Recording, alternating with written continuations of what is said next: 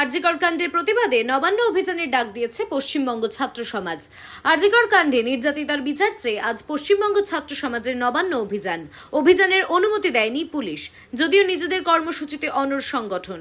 সাঁতরাগাছিতে ধুন্ধুমার পরিস্থিতি, লাঠিচার্জ পুলিশের, আন্দোলনকারীদের সঙ্গে পুলিশদের ধস্তাধস্তি হয়।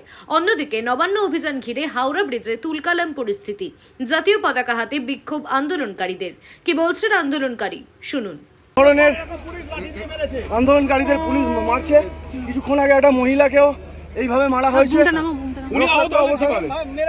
পুলিশ মেরেছে, লাঠিচার্জ আন্দোলন করছে। এরকম কতজন আন্দোলনকারী আহত? আপাতত 30 থেকে 40 জন। আমাদের ক্যাম্পে শুধুমাত্র এখনো পর্যন্ত আহত গাড়ি এসছে।